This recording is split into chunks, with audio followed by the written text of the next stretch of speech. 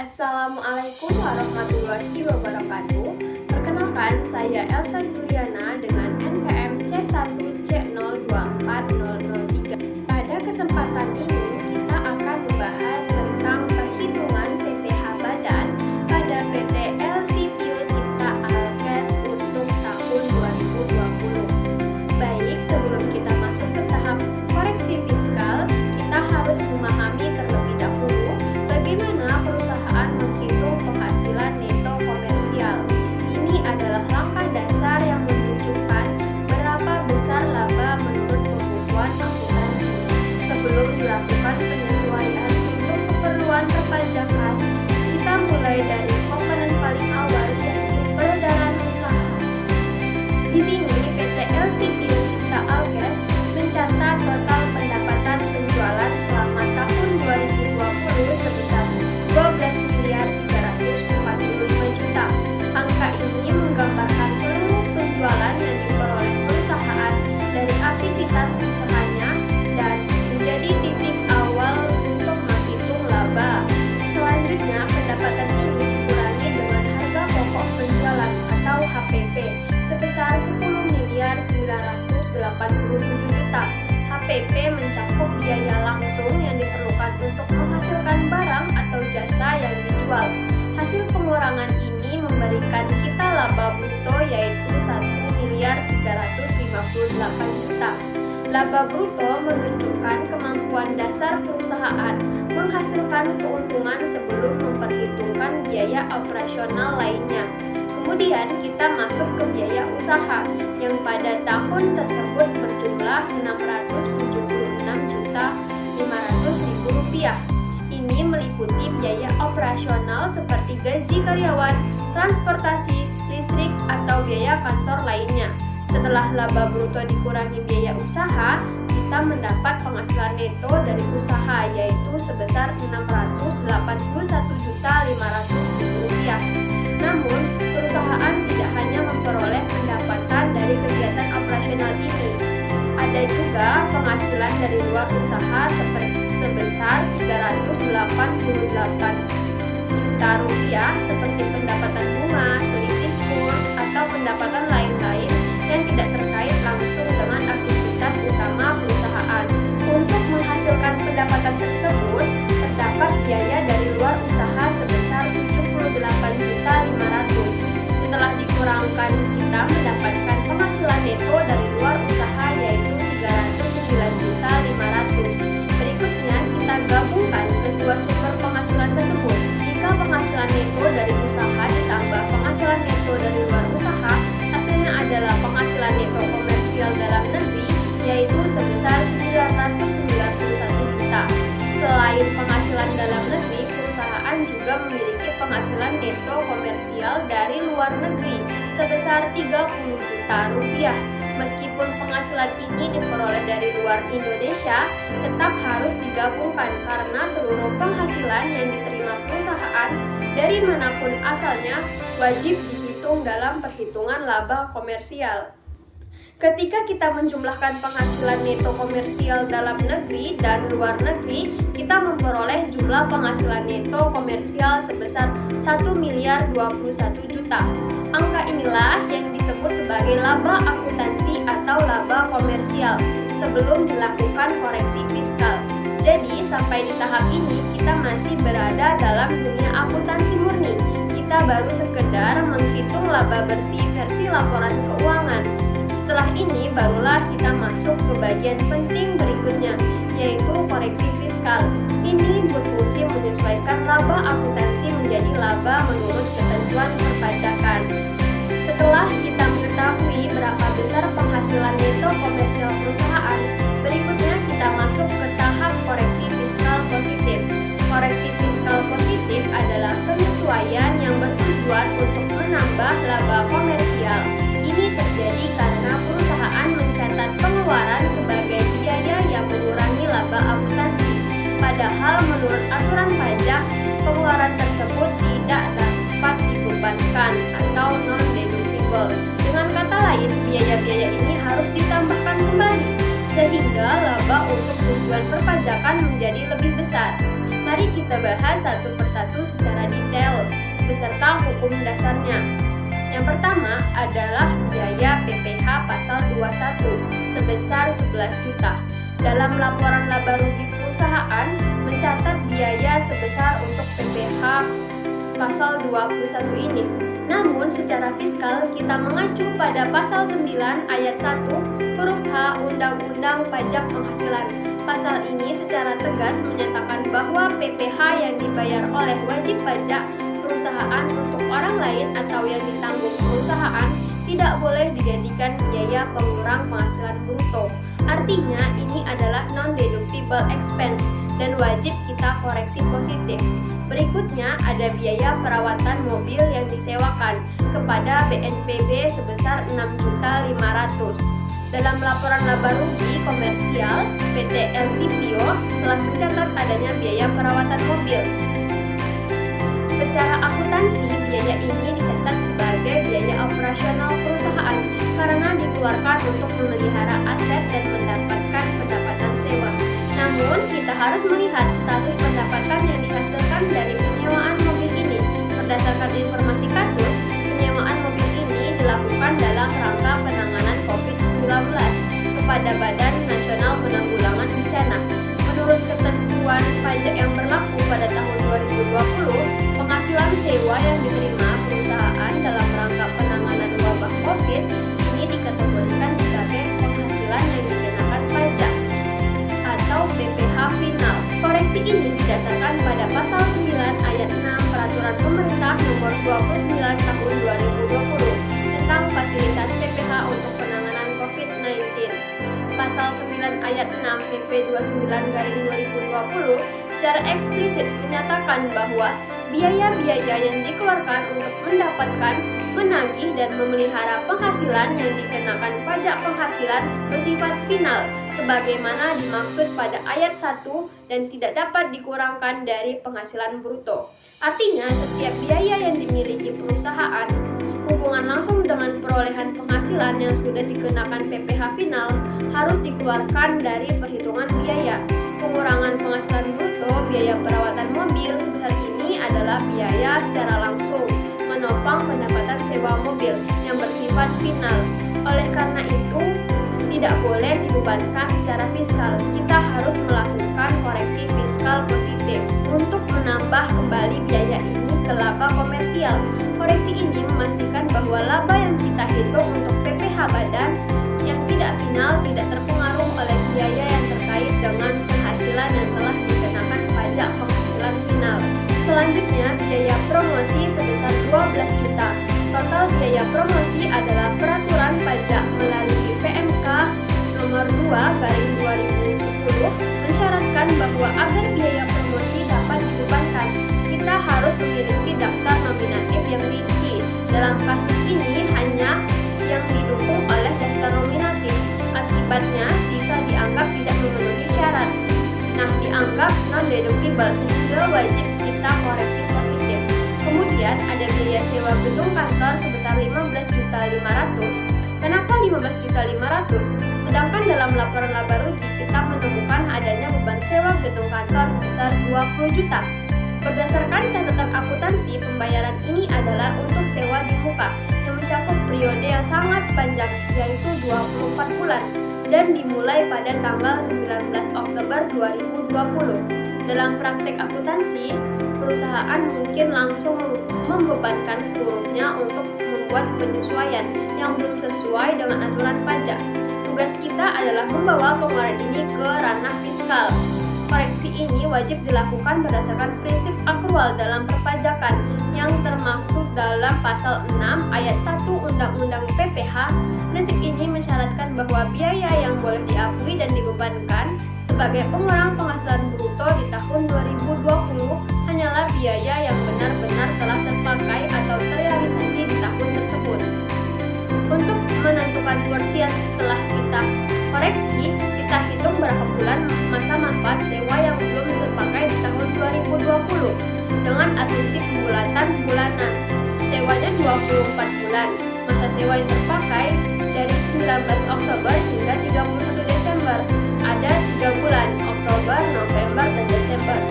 Jadi, masa manfaat yang tersisa adalah 24 bulan dikurang 3 bulan, ada 21 bulan. Porsi 21 bulan inilah yang secara fiskal dianggap sebagai beban dibayar di muka, yang berarti aset, bukan biaya tahun 2020. Bagian aset inilah yang harus kita koreksi positif. Kita hitung nilai uang dari 21 bulan yang belum terpakai, yaitu 21 bulan dibagi 24 bulan kali 20 juta, hasilnya adalah 17.500.000. Nilai 17.500.000 inilah yang harus kita lakukan koreksi fiskal secara positif. Dengan melakukan koreksi ini secara efektif mengeluarkan dari beban tahun 2020. Selanjutnya ada penghapusan piutang sebesar 15 juta. Dalam laporan laba rugi komersial PT Elsipio mencatat adanya beban penghapusan piutang tak tertagih sebesar 15 juta. Secara akuntansi, beban ini dicatat untuk mencerminkan kerugian karena adanya pelanggan yang gagal melunasi kewajiban mereka. Namun, dalam perspektif pajak, tidak semua kerugian piutang yang dihapuskan secara komersial dapat langsung dibebankan sebagai biaya pengurang penghasilan bruto. Dasar hukum utama kita adalah pasal 6 ayat 1 huruf H Undang-Undang Pajak Penghasilan yang memperbolehkan pembebanan piutang tak tertagih, namun dengan syarat yang sangat ketat. Dalam kasus PT Elsipio, perusahaan tidak memenuhi persyaratan fiskal yang ketat tersebut, terutama terkait penyerahan penanganan kepada pihak ketiga atau belum adanya bukti formal yang memadai seperti publikasi di media massa bahwa piutang tersebut benar-benar tidak tertagih. Karena wajib pajak tidak memenuhi syarat, maka secara fiskal biaya ini dianggap non-deductible expense. Oleh karena itu, kita wajib melakukan koreksi fiskal positif. Berikutnya ada biaya jamuan tamu sebesar 25 juta. Biaya jamuan tamu sebesar 25 juta harus kita koreksi positif. Alasannya serupa dengan biaya promosi, mewajibkan adanya daftar nominatif yang merinci. Lalu ada biaya pulsa ponsel sebesar 6 juta. Dalam perincian biaya usaha di laporan laba rugi komersial, terdapat biaya itu sebesar 12 juta. Secara akuntansi, perusahaan mencatat seluruh ini dengan biaya yang mengurangi laba. Namun, perlakuan biaya dalam prosedur ini memiliki aturan yang sangat spesifik dan berbeda dalam perpajakan yang diatur dalam Keputusan Direktorat Jenderal Pajak Cap 220/PJ/2002 Pasal 1 Ayat 2. Aturan ini dibuat untuk mengatasi adanya unsur kepentingan pribadi dalam penggunaan telepon seluler oleh pegawai, sehingga hanya boleh dibebankan deductible sebesar 50% dari total biaya. Sisanya 50% dianggap sebagai kepentingan pribadi dan tidak dapat dibebankan oleh perusahaan. Konsep ini disebut demand expense, yaitu biaya yang jumlahnya ditetapkan oleh peraturan. Mengacu pada ketentuan 50% tersebut, kita hitung porsi yang tidak boleh dibebankan oleh PT Elsipio, yaitu 50% kali 12 juta adalah 6 juta. Karena perusahaan telah mencatat seluruhnya 12 juta sebagai biaya komersial, maka 6 juta yang harus dikeluarkan dari beban oleh. Karena itu, kita lakukan koreksi fiskalnya sebesar 6 juta. Kemudian kita masuk ke penyusutan akibat tetap sebesar 800.000. Dalam laporan laba rugi komersial PT Elsipio telah mencatat adanya beban penyusutan akibat. Berdasarkan informasi tersebut, ada informasi tambahan. Total beban penyusutan 38.800.000. Penyusutan ini dihitung menggunakan metode garis lurus dan diizinkan dalam pasal 11 Undang-Undang PPh. Perusahaan mengalokasikan seluruh nilai 38.800.000 ini sebagai biaya pengurang laba komersial. Namun kita harus melakukan penyesuaian untuk bagian penyusutan yang terkait dengan penghasilan PPh final. Kita menerima informasi bahwa di antara beban penyusutan sejumlah 38.800.000 ternyata senilai 800.000 merupakan penyusutan dari kendaraan dan gedung yang disewakan. Koreksi ini didasarkan pada pasal 9 ayat 6 Peraturan Pemerintah Nomor 29 Tahun 2020. Biaya penyusutan sebesar 800 adalah biaya yang timbul karena penggunaan aset yang menghasilkan pendapatan sewa final tersebut.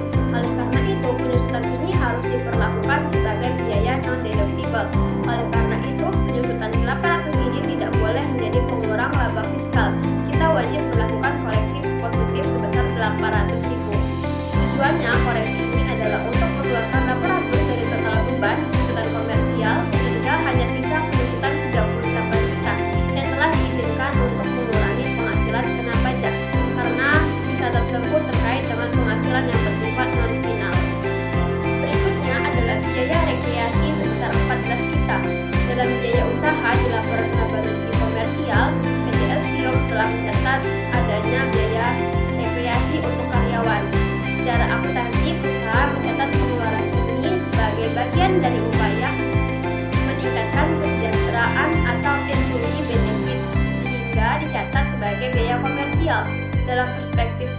menambahkan, koreksi ini didasarkan pada pasal 9 ayat 1 huruf E Undang-Undang Pajak Penghasilan. Pasal ini membahas secara spesifik pengeluaran yang tidak dapat dikurangkan dari penghasilan bruto, yang sering disebut dengan non-deductible expense. Karena biaya rekreasi sebesar 14 juta termasuk dalam kategori pengeluaran non-deductible expense, menurut pasal 9 ayat 1 huruf E Undang-Undang PPH, kita wajib melakukan koreksi fiskal positif. Kemudian ada biaya perawatan gedung sebesar 5,5 juta dalam catatan biaya usaha operating expense PT LC Tio terdapat biaya perawatan gedung. Biaya ini dikeluarkan perusahaan untuk memelihara kondisi gedung. Karena gedung tersebut digunakan untuk menghasilkan pendapatan, perusahaan secara komersial mencatat biaya tersebut yang wajar untuk mengurangi laba. Namun kita harus kembali melihat tujuan penggunaan gedung tersebut. Gedung tersebut disewakan kepada BNPB dalam rangka penanganan COVID-19. Koreksi ini wajib dilakukan berdasarkan prinsip utama perpajakan yang dalam kasus ini dipertegas oleh pasal 9 ayat 6 PP nomor 29 tahun 2020. Biaya perawatan gedung sebesar 5.500.000 memiliki keterkaitan langsung dengan pendapatan sewa gedung yang sudah dikenakan PPh final. Karena pendapatan sewa hasilnya sudah dipajaki secara final, maka biaya-biaya yang dikeluarkan untuk menghasilkan pendapatan tersebut harus dikeluarkan dari perhitungan laba non final. Oleh karena itu, kita harus melakukan koreksi fiskal positif sebesar 5.500.000. Yang terakhir adalah bunga pinjaman sebesar 14.600.000. Dalam laporan laba rugi komersial, perusahaan telah mencatat adanya beban bunga pinjaman dari Bank BNI. Secara komersial, biaya ini adalah biaya yang wajar untuk mendapatkan modal. Namun, pada saat yang sama kita tahu perusahaan memiliki aset deposito yang menghasilkan pendapatan bunga. Pendapatan bunga deposito ini dikategorikan sebagai penghasilan PPh final sesuai pasal 4 ayat 2 Undang-Undang PPH. Disinilah konflik fiskal muncul. Perusahaan membebankan bunga pinjaman biaya non-final, sementara sebagian pinjaman itu diduga digunakan untuk menghasilkan pendapatan yang bersifat final, bunga deposito. Untuk mengatasi hal ini, kita menggunakan pedoman dari Surat Edaran Direktorat Jenderal Pajak nomor SE 46/PJ 1995. Prinsip utamanya adalah prinsip keterkaitan biaya dengan penghasilan masing-masing, matching cost. Untuk perhitungannya, kita akan menggunakan pendekatan yang lebih intuitif. Kita asumsikan pinjaman perusahaan digunakan untuk membiayai semua kegiatannya kecuali bagian yang diwakili oleh deposito. Suku bunga pinjaman diasumsikan sebesar 24%. Langkah pertamanya adalah menghitung pinjaman bersih yang benar-benar digunakan untuk kegiatan usaha non final. Pinjaman bersihnya yaitu rata-rata pinjaman dikurang rata-rata deposito. Jadi 150 juta dikurang 40 juta, ada 110 juta. Selanjutnya kita hitung berapa beban bunga yang diizinkan untuk dikurangkan, yaitu bunga yang berasal dari pinjaman bersih 110 juta pada suku bunga 24%. Hasilnya 26.400.000. Setelah kita mengetahui beban deduktibelnya adalah 26.400.000, maka selisihnya dari total bunga komersial 41 juta adalah porsi yang terkait deposito PPh final dan harus dikoreksi. Koreksi positifnya yaitu 41 juta dikurang 26.400.000. Hasilnya ada 14.600.000. Dengan demikian, kita melakukan koreksi fiskal positif sebesar 14.600.000. Koreksi ini memastikan bahwa beban bunga yang kita bebankan hanya terkait dengan pinjaman yang digunakan untuk menghasilkan pendapatan yang dikenakan PPh badan tarif normal. Jika seluruh komponen ini kita jumlahkan, total koreksi fiskal positifnya adalah 127.900.000.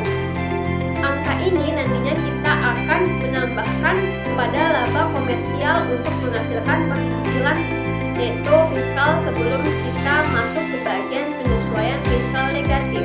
Jadi sampai tahap ini kita masih dalam proses menyelaraskan laporan laba rugi akuntansi agar sesuai dengan ketentuan perpajakan. Selanjutnya baru Apabila kita melakukan koreksi fiskal negatif untuk mengurangi penghasilan kena pajak, apabila ada biaya atau penghasilan yang secara fiskal justru harus dikurangkan. Koreksi fiskal negatif ini dilakukan untuk mengurangi laba neto komersial yang dicatat akuntansi karena adanya pendapatan yang menurut aturan pajak undang-undang PPh memiliki status objek pajak final atau bukan objek pajak PPh, sehingga harus dikeluarkan dari perhitungan PPh badan tarif umum. Yang pertama itu ada koreksi pendapatan dividen dari PT Alfa Altes dalam negeri. Dividen sebesar 170 juta yang diterima dari PT Alfa wajib pajak dalam negeri harus kita koreksi negatif. Alasannya berdasarkan ketentuan baru dalam Undang-Undang Cipta Kerja tahun 2020 yang mengubah pasal 4 ayat 3 Undang-Undang PPh, dividen yang diterima oleh wajib pajak badan akan dikecualikan sebagai bukan objek pajak PPh, dengan syarat dividen tersebut diinvestasikan kembali ke wilayah negara kesatuan Republik Indonesia dalam jangka waktu tertentu, dengan asumsi PT LCVO memenuhi syarat investasi ini, maka pendapatan dividen ini sepenuhnya harus dikeluarkan dari perhitungan penghasilan kena pajak. Yang kedua itu koreksi pendapatan sewa kendaraan dari BNP. Pendapatan sewa kendaraan sebesar 16 juta dari BNPB dikoreksi negatif karena statusnya adalah objek PPh. Final pasal 9 ayat 1 dan 2 Peraturan Pemerintah Nomor 29 Tahun 2020 menetapkan insentif bahwa penghasilan yang diperoleh dari penyewaan harta dalam rangka penanganan COVID-19 dikenakan PPh yang bersifat final. Karena pajak atas pendapatan ini sudah dipungut di awal, ia wajib dikeluarkan dari laba komersial agar tidak dikenakan PPh badan yang akan mengakibatkan pajak berganda. Yang ketiga itu ada koreksi pendapatan sewa gedung dari BNPB. Serupa dengan sewa kendaraan, pendapatan sewa gedung sebesar 90 juta dari BNPB juga dikoreksi negatif karena merupakan objek PPh final. Perlakuan ini sama mengacu pada PP nomor 29 tahun 2020 karena penyewaan gedung dilakukan dalam konteks penanganan COVID-19. Penghasilan final tidak boleh dikelompokkan dengan penghasilan non-final untuk perhitungan PPh badan. Yang keempat itu ada koreksi dividen dari XYZ INC New York luar negeri. Dividen 30 juta dari perusahaan luar negeri ini juga harus dikoreksi negatif. Sama seperti dividen dalam negeri, Undang-Undang Cipta Kerja memperluas pengecualian ini ke dividen luar negeri. Jika dividen luar negeri ini diinvestasikan kembali di Indonesia, maka ia juga menjadi bukan objek PPh. Tujuannya adalah repatriasi dan penggunaan dana luar negeri untuk pembangunan dalam negeri. Yang kelima ada koreksi laba penjualan tanah. Laba sebesar 25 juta dari penjualan tanah harus kita koreksi negatif. Alasannya penghasilan dari pengalihan hak atas tanah atau bangunan merupakan objek PPh final sesuai dengan pasal 4 ayat 2 huruf D Undang-Undang PPh. Pajak atas laba ini sudah dipungut oleh notaris atau dibayar sendiri oleh penjual pada saat bertransaksi pengalihan, sehingga ia harus dikeluarkan dari laba komersial. Yang keenam ada koreksi jasa giro dari BNI. Pendapatan jasa giro sebesar 800.000 harus dikoreksi negatif karena merupakan objek PPh final. Berdasarkan pasal 4 ayat 2 huruf A Undang-Undang Pajak Penghasilan, atas jasa giro ini telah dipotong langsung oleh pihak bank pada saat pendapatan tersebut dikreditkan. Oleh karena itu sudah final, ia tidak boleh dimasukkan lagi ke dalam perhitungan PPh badan tarif normal. Yang ketujuh ada koreksi bunga deposito dari BNI. Serupa dengan jasa giro, pendapatan bunga deposito 4.800.000 juga merupakan objek PPh final. Sesuai pasal 4 ayat 2 huruf D Undang-Undang PPh, pajak ini dipotong oleh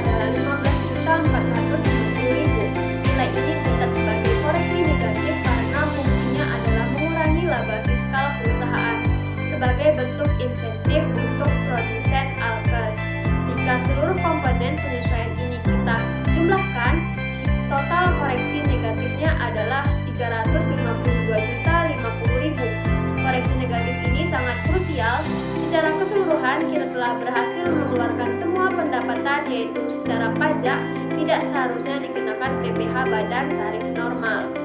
Serta memasukkan insentif perpajakan berupa tambahan pengurangan penghasilan neto 30% dari biaya produksi alkes COVID-19. Dengan penerapan seluruh koreksi tersebut, laba komersial perusahaan dapat disesuaikan menjadi laba fiskal yang benar sesuai regulasi, sekaligus memastikan perusahaan tidak membayar pajak ganda atas penghasilan final dan memanfaatkan hak insentif perpajakan secara optimal. Ini menunjukkan penerapan kepatuhan fiskal yang tepat dan sesuai dengan ketentuan perpajakan terbaru. Setelah kita menyelesaikan seluruh koreksi fiskal positif dan negatif, kita mendapatkan penghasilan neto fiskal sebesar 196.850.000. Karena tidak ada data kerugian fiskal yang dapat dikompensasi dari tahun-tahun sebelumnya, maka nilai ini sekaligus menjadi penghasilan kena pajak (PKP). Langkah berikutnya adalah menghitung PPh terutang menggunakan tarif yang berlaku untuk tahun 2020 serta mempertimbangkan fasilitas pengurangan tarif. Kita perlu memeriksa apakah PT LC2 Cipta Alkes berhak atas fasilitas pengurangan tarif sebesar 50% dan diatur dalam pasal 31E Undang-Undang PPh. Syaratnya peredaran bruto wajib pajak tidak melebihi 50 miliar. Peredaran bruto PT LCPO adalah 12.345 juta. Karena itu, tidak melebihi 50 miliar, maka PT LCPO Cipta Alkes berhak atas fasilitas pengurangan tarif untuk sebagian PKP-nya. PKP yang mendapatkan fasilitas adalah PKP yang berasal dari bagian peredaran bruto sampai dengan 4.800 juta.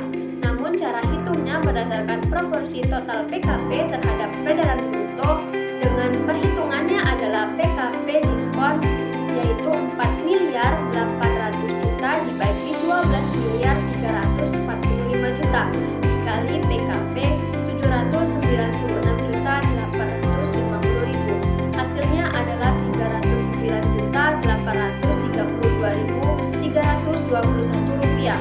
Selanjutnya mencari PKP non diskon, yaitu dengan cara total PKP 796.850.000 dikurang PKP diskon 309.832.321 rupiah.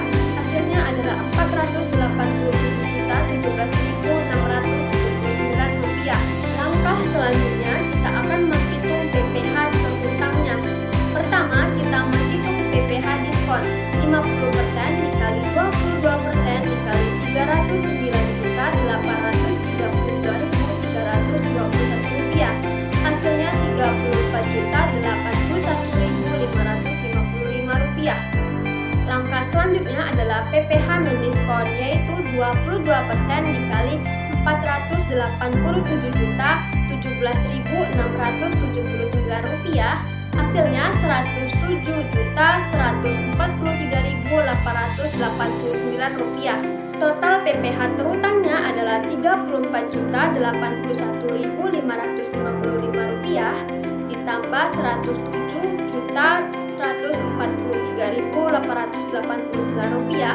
Hasilnya 141.225.445 rupiah. Selanjutnya kita akan menghitung kredit pajak. Kredit pajak itu adalah PPh yang telah dibayar atau dipotong, dipungut oleh pihak lain, seperti bank, pembeli, atau pemberi jasa, selama tahun pajak berjalan, yaitu 2020. Jumlah ini berfungsi sebagai pengurang PPh badan terhutang di akhir tahun. Rinciannya sebagai berikut. Yang pertama, PPh pasal 22 sebesar 26.093.750. Nilai ini berasal dari PPh yang dipungut oleh pihak lain, seperti Bank Mandiri, sehubungan dengan kegiatan impor barang atau penjualan barang tertentu kepada instansi pemerintah.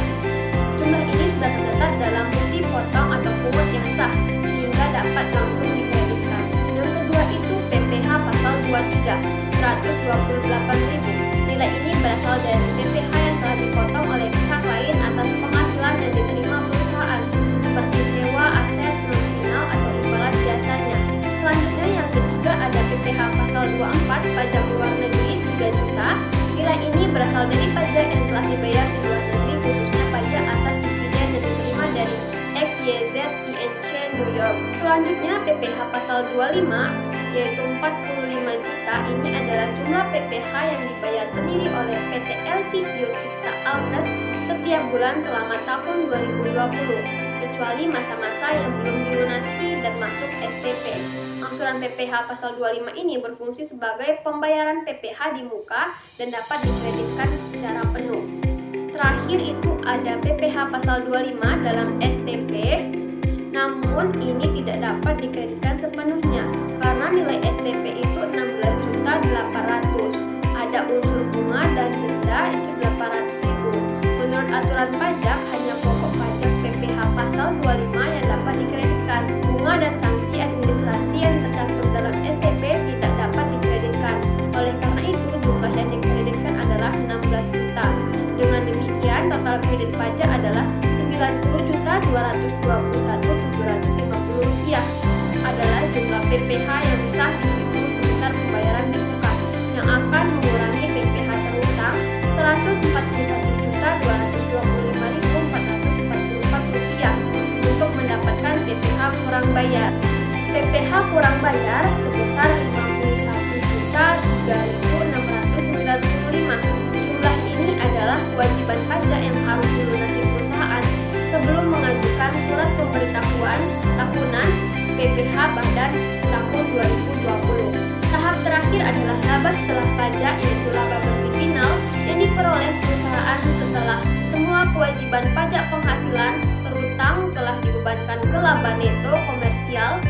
Inilah jumlah laba sesungguhnya menjadi milik perusahaan dan dapat digunakan untuk dividen atau ditahan sebagai saldo laba. Laba setelah pajak dihitung dengan rumus dasar, yaitu laba neto komersial 1.021.000.000 dikurang total PPh terutang 141.225.445 rupiah, dan hasil laba setelah pajak adalah 879.774.555 rupiah. Sekian dari saya tentang perhitungan PPh badan PT LC Pio Cipta Alkes. Wassalamualaikum warahmatullahi wabarakatuh.